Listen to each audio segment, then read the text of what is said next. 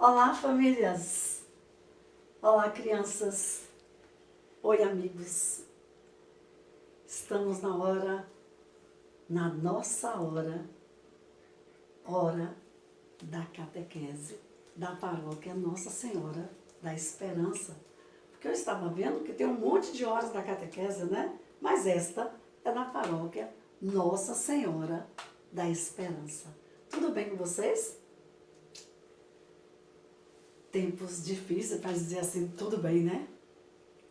Vamos começar o nosso momento esperado aos domingos, que é essa hora da catequese. Vem a missa, né? Às 8 horas da manhã temos a Santa Missa. Os nossos templos, eu já falei, já estão abertos. A gente agenda o nosso horário e já podemos participar da Santa Missa. Depois nós temos a hora da sementinha, que é para as crianças da primeira infância. E depois nós temos um horário marcado, sagrado, com a hora da catequese. Vamos começar o nosso encontro pedindo a Deus a graça de, assim como aconteceu com os discípulos de Jesus, que tinham medos, estavam nervosos, estavam assombrados, e Jesus diz: fiquem aqui, até que meu Pai mande sobre vocês o Espírito Santo, o Consolador, aquele que lhes dará sabedoria, força, ânimo para a missão. Então vamos invocar sobre nós, sobre mim, sobre cada um de vocês, cada família, a Trindade Santa, em nome do Pai, do Filho e do Espírito Santo. Amém. Cada um de vocês, por favor, peça, suplique, que o Senhor Deus mande sobre cada um de nós o Espírito Santo de Deus, que nos dê sabedoria, que nos dê entendimento, que abra os nossos ouvidos para que a mensagem possa chegar. Que nos dê um coração puro e caridoso para acolher o que nós vamos ouvir. Que nos dê a graça de ter um encontro com a pessoa de Jesus a cada manhã, a cada dia, e a cada domingo e a cada encontro da catequese. Amém? Vamos nós agora. Olha como ficou com a voz forte, nem parece, né, que estava assim, tá assim, né? Vamos nós. Mês de setembro.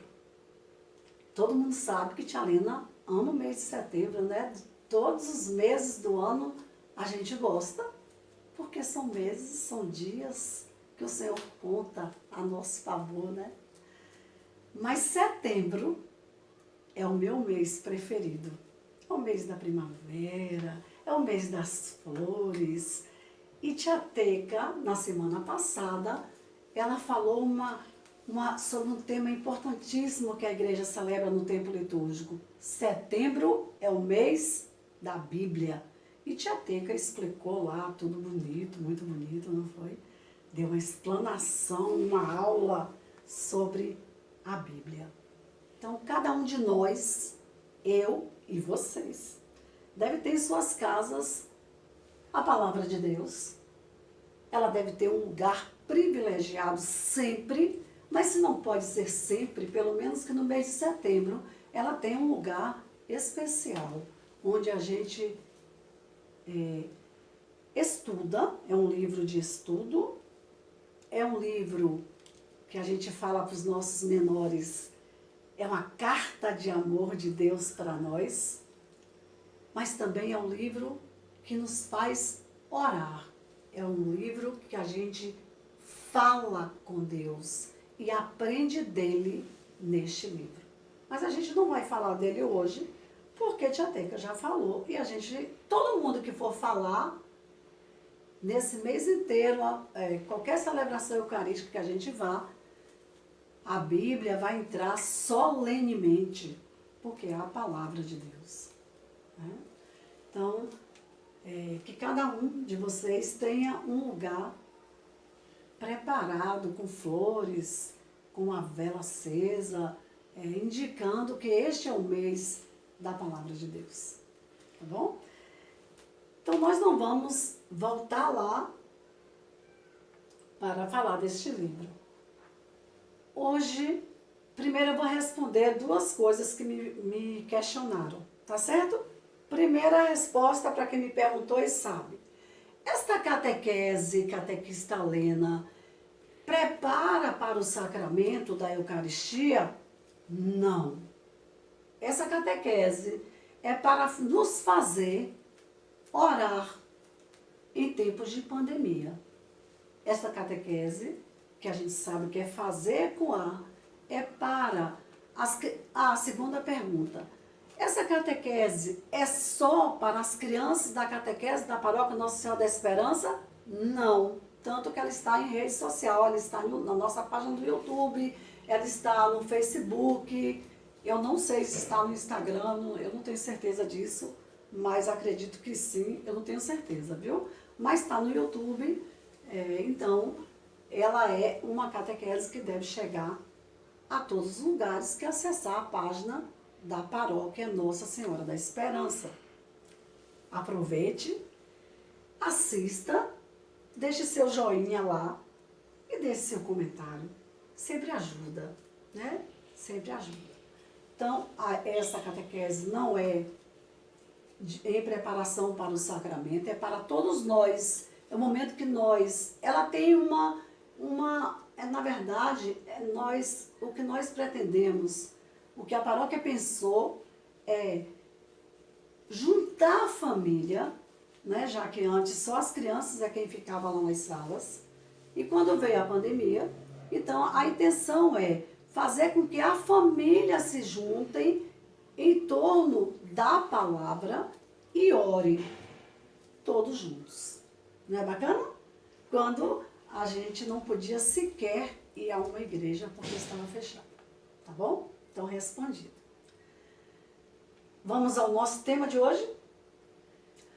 Nós estamos vivendo um tempo que a gente não pode dizer que é normal. Não é normal. Tem gente falando do novo normal. Eu não acho que é o novo normal. Né? O normal é a gente se abraçar quem a gente ama, estar perto daqueles que nos são caros. O normal é irmos aos nossos templos, participar das nossas missas, poder dar a mão aos nossos amigos. Isso é normal.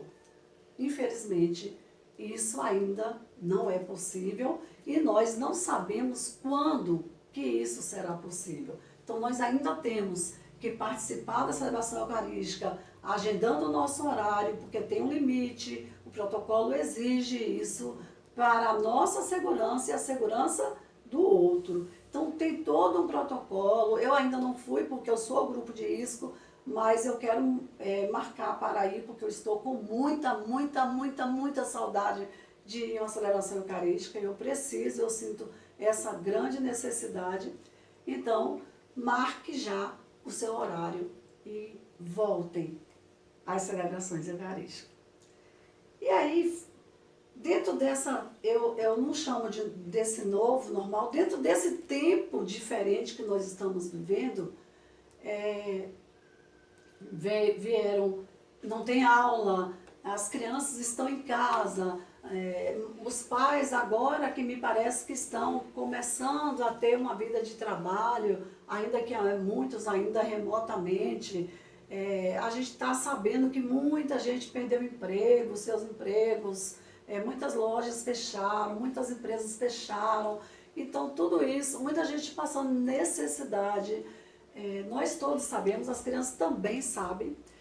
E isso, as crianças foram privadas, as nossas crianças foram privadas de ir para suas escolas, manterem contato com os seus amigos, com seus coleguinhas. E isso, lógico que vai gerando em cada um de nós, adultos, pais, e aí também nas crianças, uma inquietação muito grande.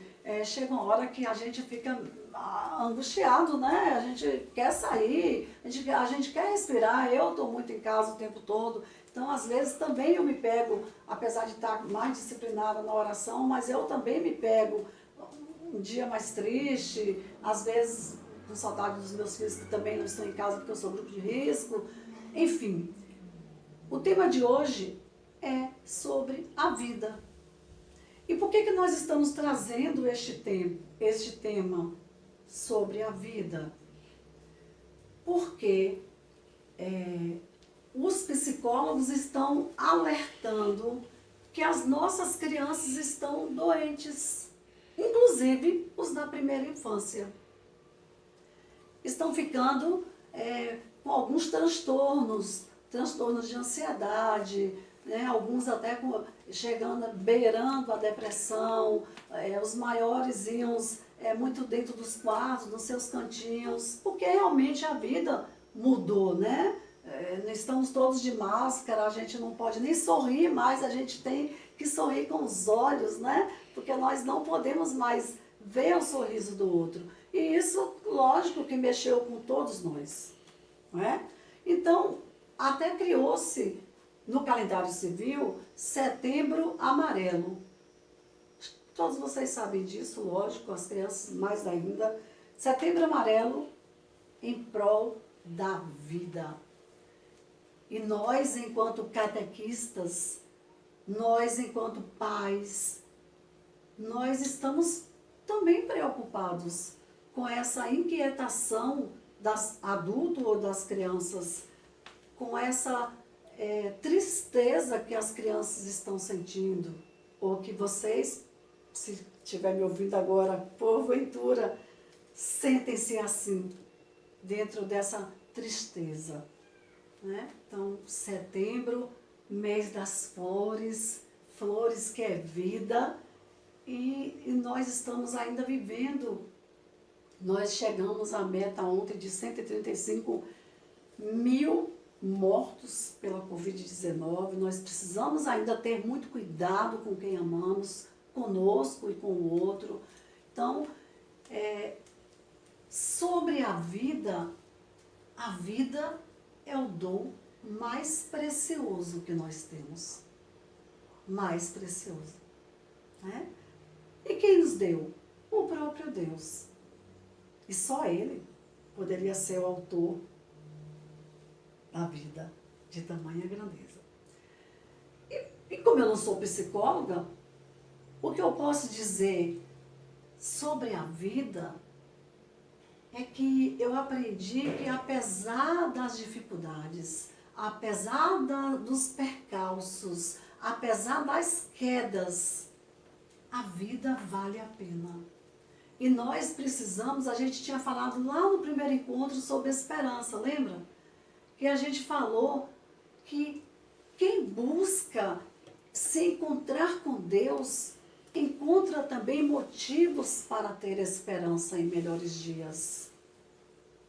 Nossa fé, a gente também falou sobre isso, sobre a nossa fé nesse Deus, nos faz avançar, acreditando que tudo vai ser colocado no seu devido lugar, no devido tempo, no tempo dele.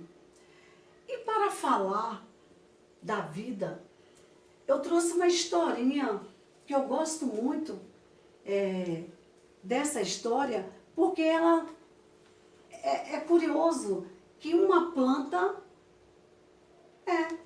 uma árvore, uma planta, nos dá uma lição de bem viver, de como cuidar da vida e da beleza da vida. Está aqui. E ela começa, eu não vou ser fiel à história, tá certo? Mas é sobre os 7 conselhos do bambu. Aquele que quando a gente vai para o aeroporto, lindo, né? Aquele túnel, né? Pois é, aquela planta, quando vocês passarem por lá, nunca mais vocês vão esquecer, quem não conhece, porque é uma lenda bem antiga, muito antiga. E ela diz assim, um neto foi passar as férias com o avô. E, como toda criança, quando chega num sítio, numa fazenda, se acaba, né? Com os animais e com as plantas e com as frutas e com tudo novo que numa cidade grande não tem. E numa noite teve uma grande tempestade. Dessas que todo mundo já ouviu falar, que acaba, derruba árvores, derruba poste, né? Na cidade grande derruba postes, derruba carros, causa mortes muitas vezes. E a criança que estava lá com seu avô não dormiu de medo da tempestade. E ao amanhecer do dia, ele saiu e viu que as plantas estavam todas no chão. As árvores, mesmo aquelas mais troncudas, estavam no chão, exceto os bambus, os bambuzais. E ele ficou impressionado e disse, vovô, corra aqui, vovô, me explique isso, como pode, como é possível que a tempestade tenha derrubado uma figueira, que é uma árvore frondosa, e um bambu que é fininho, estão de pé. Eis a lição do avô. E o avô disse, meu filho, o bambu permanece em pé porque ele teve humildade diante da tempestade. Ele se curvou na hora do vendaval. Ele soube se render. Este não é o momento de ficar de pé. Então ele se curva na hora da tempestade. E a figueira quis enfrentar a tempestade.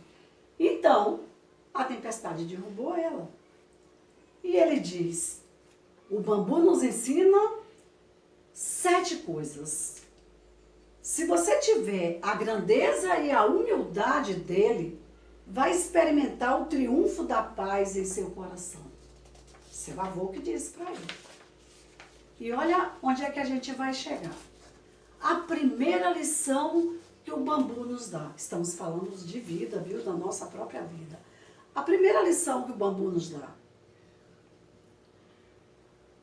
A primeira lição que ele nos ensina, e a mais importante, é a humildade diante dos problemas, diante das dificuldades. Nós não estamos passando essa turbulência de problemas. O bambu nos ensina a ser humildes. E ser humilde é stop. Vamos respeitar as regras, vamos usar máscara, vamos cumprir os protocolos, porque a pandemia está aí e ela está matando. E ele continua.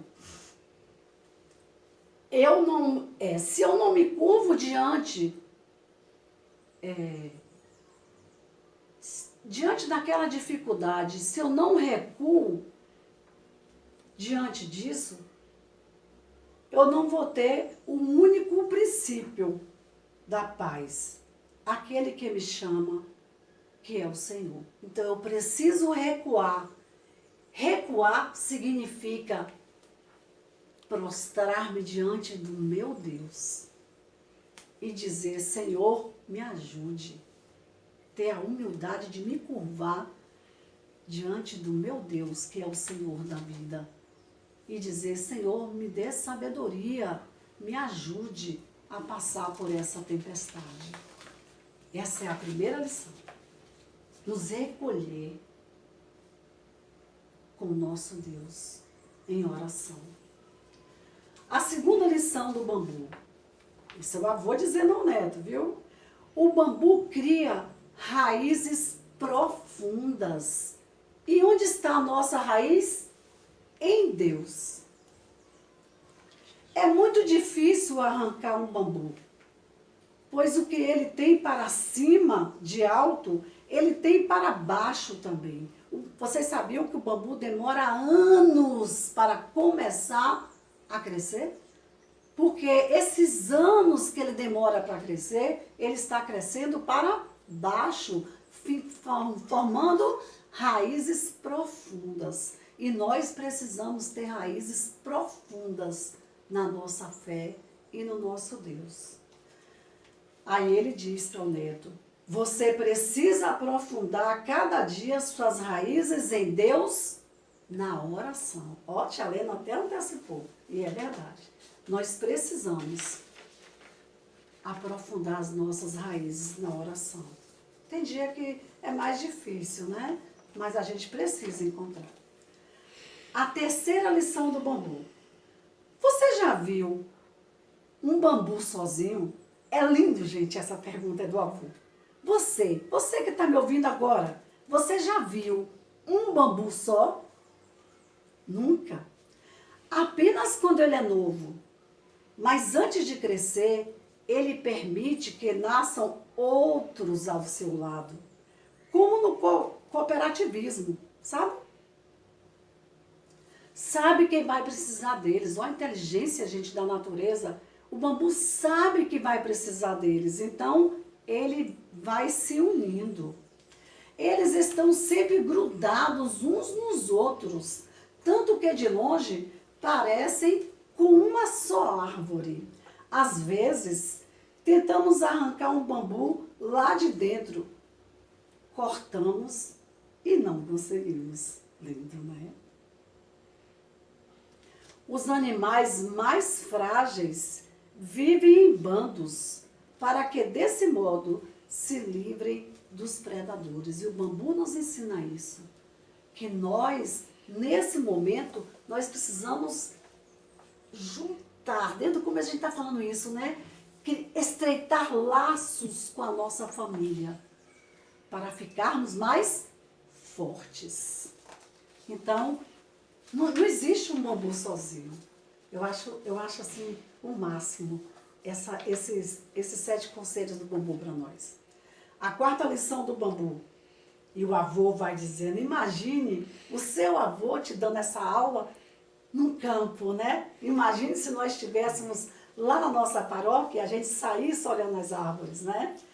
A quarta lição do bambu, o bambu nos ensina a não criar galhos. Olha que lindo. O bambu nos ensina a não criar galhos como as outras árvores que têm vastos galhos, né? Como tem a meta no alto e vive em moita, em comunidade, é hora de orar. Então a nossa comunidade também ora junto. Cada qual na sua casa, mas tem várias lives de oração da nossa comunidade. O bambu não se permite criar galhos. Nós perdemos muito tempo na vida tentando proteger os nossos galhos. Coisas insignificantes que damos um valor inestimável. Para ganhar, é preciso perder tudo aquilo que nos impede de subirmos suavemente. Nós estamos dando muito valor a bens materiais. Ai de quem encostar no seu carro ou no meu carro. Eu me incluo nisso. Ai de quem arrancar uma rosa do meu jardim. E nós precisamos abrir mão dessas coisas que não são tão significativas e que não nos levam para o alto. A quinta lição do bambu. O bambu é cheio de nós. É lindo, gente. O bambu é cheio de nós e o avô vai dizer, e não de eus, mas o bambu é cheio de nós. Que lindo, não é? Como ele é oco, sabe que se crescesse sem nós, seria muito fraco. Então, aqueles nós é para que ele fique cada vez mais forte. Os nós são os problemas e as dificuldades que superamos. Os nós são as pessoas que nos ajudam. Aqueles que estão próximos e acabam sendo força nos momentos difíceis. são os amigos, são os parentes. Não devemos pedir a Deus que nos afaste dos problemas e dos sofrimentos. Achei interessante isso foi para mim. Não devemos pedir a Deus que nos afaste, devemos orar a Deus que nos dê força para passar pela tribulação. Eles são nossos melhores professores, se soubermos aprender com eles. Olha, que coisa linda, não é? A sexta lição do bambu. O bambu é oco, vazio de si mesmo. Enquanto nós não nos esvaziarmos de tudo aquilo que nos preenche, que rouba nosso tempo, que tira nossa paz, não seremos felizes. Isso é algo grandioso. Nós precisamos fazendo, papai e mamãe sabem o nome disso, no ato penitencial, né? A gente vai tirando aquilo que nos pesa. No ato penitencial, a gente vai meio que tirando o nosso fardo e fazendo aquilo que Jesus diz. Pede para a gente trocar o fardo, porque o fardo dele é suave e o jugo dele é leve. E nós precisamos nos esvaziar de muitas coisas, de rancores, de mágoas, de ressentimentos, de mentiras, de tantas coisas que não nos fazem melhores. Ser oco significa estar pronto para ser cheio do Espírito Santo. Achei assim, de uma sabedoria, essa lenda do bambu que eu já conhecia. E por fim, a sétima lição que o bambu nos dá é que ele só cresce para o alto. Ele não cresce para os lados. Ele busca as coisas do alto.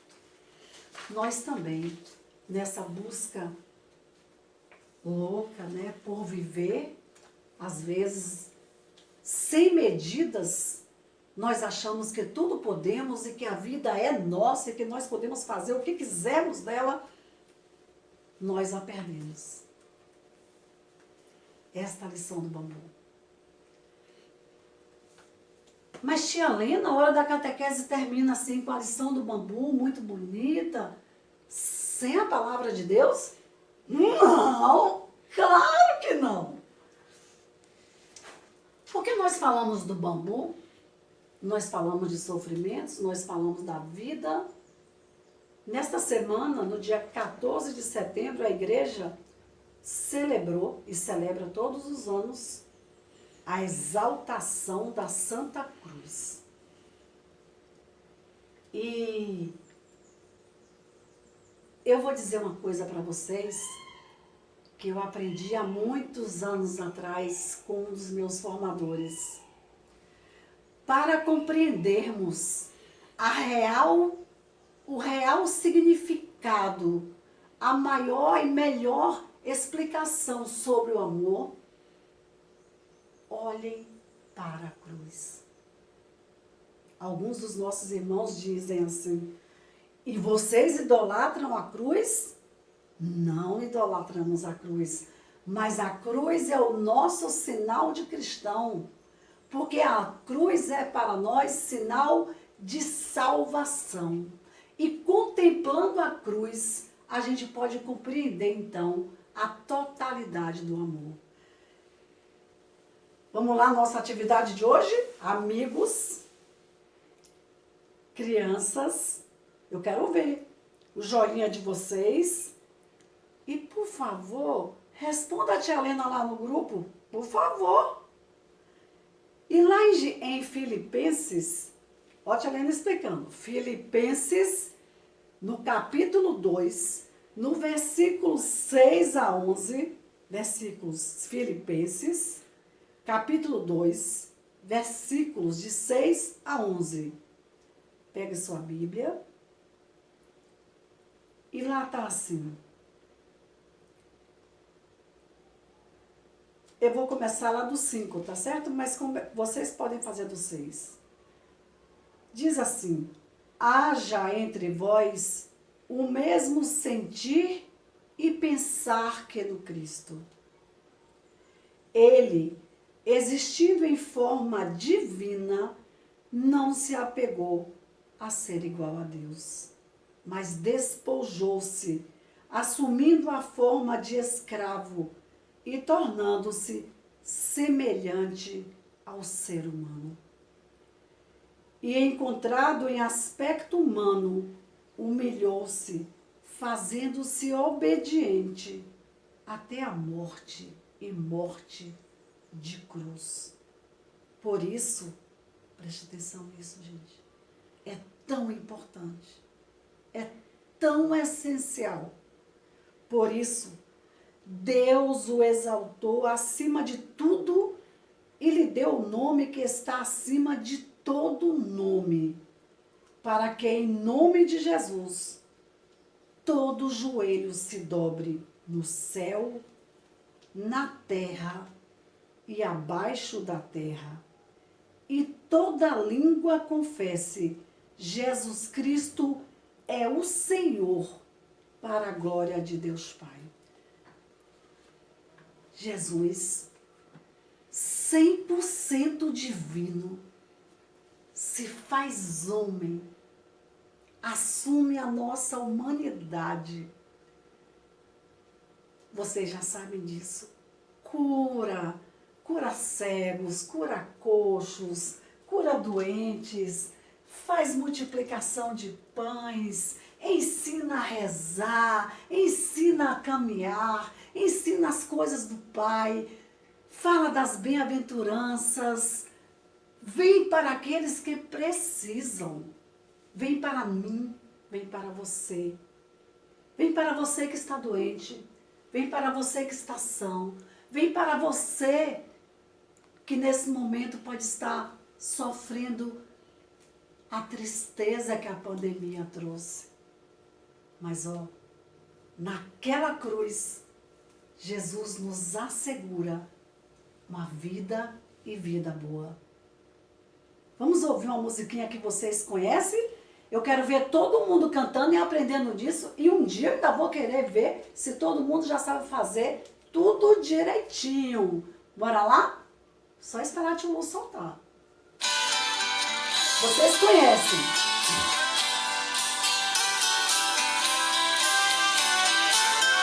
Feita de 2 riscos.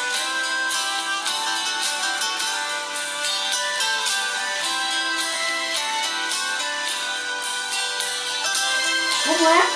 Feita de 2 riscos é a minha cruz. Sem esses 2 riscos não se tem Jesus. Um é vertical, o outro horizontal. O vertical eleva, Horizontal. o horizontal Abraça. Feita de 2 riscos é a minha cruz. Sem esses 2 riscos. Sem esses 2 riscos não se tem Jesus. Olhemos a cruz de Jesus com um novo olhar. Um olhar de amor, de quem se deu. Feita de 2 riscos é a minha fé. É a minha fé. Sem esses 2 riscos, Religião não é. Um é vertical, o outro. o outro horizontal. Horizontal. Vai buscar na fonte, E o outro? é o aqueduto. Feita de 2 riscos é a minha fé. Sem esses 2 riscos, religião não é.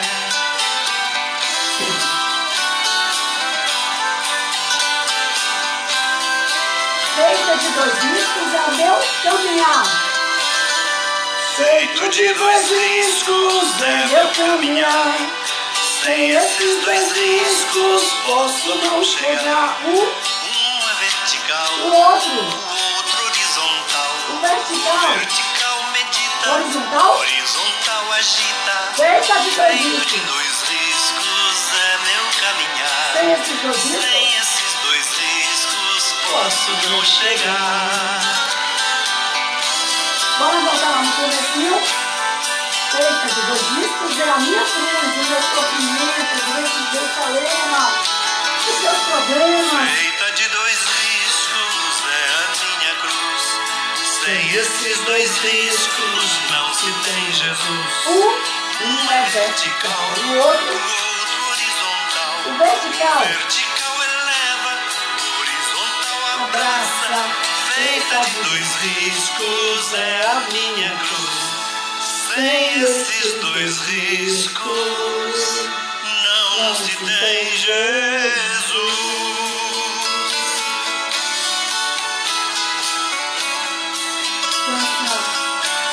Com essa música que vocês conhecem, as crianças sabem fazer essa coreografia perfeitamente.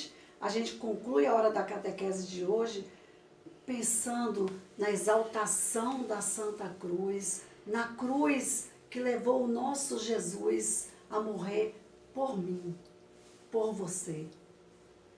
Por favor, entre na página da paróquia, deixe seu like, deixe o seu comentário para nos fazer crescer. Beijo grande para cada um de vocês.